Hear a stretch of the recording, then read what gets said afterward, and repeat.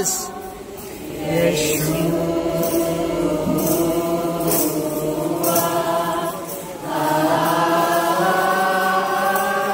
Thank you, Lord.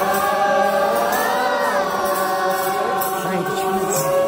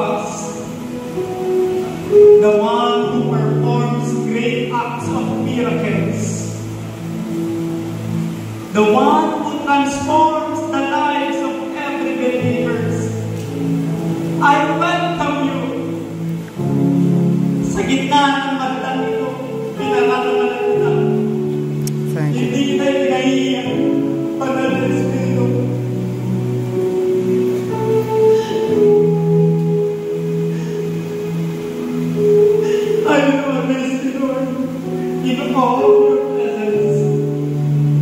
So we will sing and we will praise Him. Holy Spirit, Thou art welcome in this place. Thou art welcome.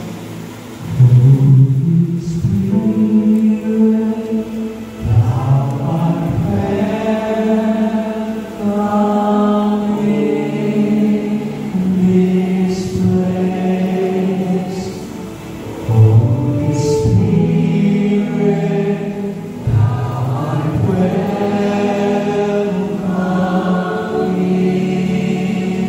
in this place. Omnipotent Father of mercy and grace, Thou art welcome in this. Once again, let us give Him honor for His grace. Pagbabago ng isang makasalanang buhay, buhay na ngayon ay susunod sa Panginoon, ngayon ay mararanasan ang kanyang kabanalan at katwiran. That is revival.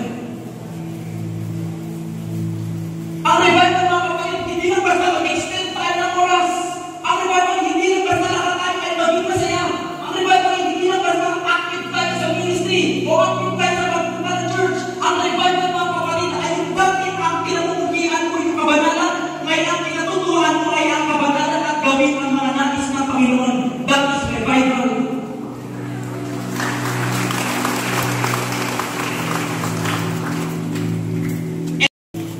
Ang salita ng Diyos ay bumabasag.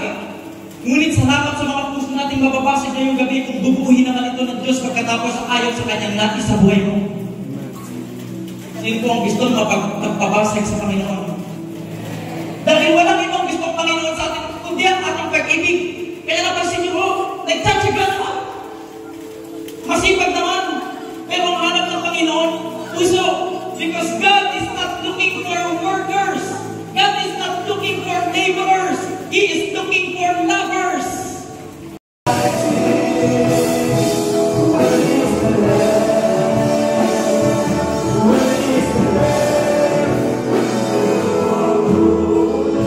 Just keep worshiping God. Keep worshiping Him now. It's here in this place. Focus on Him. Focus on Him now.